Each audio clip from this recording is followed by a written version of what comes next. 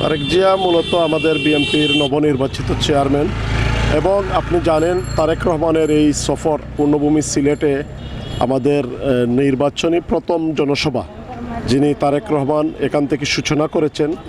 আজকে থেকে সারা দেশব্যাপী আনুষ্ঠানিকভাবে নির্বাচনের যে প্রচারণাটি শুরু হয়েছে, আমাদের বিএনপির আনুষ্ঠানিকভাবে আমাদের দলের চেয়ারম্যান জনাব তারেক রহমান সিলেট এবং সুনামগঞ্জের আমাদের সব প্রার্থীদেরকে দানের শীষের মনোনীত প্রার্থীদেরকে আজকের সভায় পরিচয় করিয়ে দিয়েছেন এবং আগামী যে 12ই ফেব্রুয়ারি দানের শীষে ভোট দেওয়ার জন্য সিলেটবাসীকে আহ্বান জানিয়েছেন। পাশাপাশি আজকের এই তারেক রহমানের এই সফরকে কেন্দ্র করে আমাদের সিলেটে একটা সাজ রব করে একটি আনন্দ উৎসব মুখর পরিবেশ হয়েছে।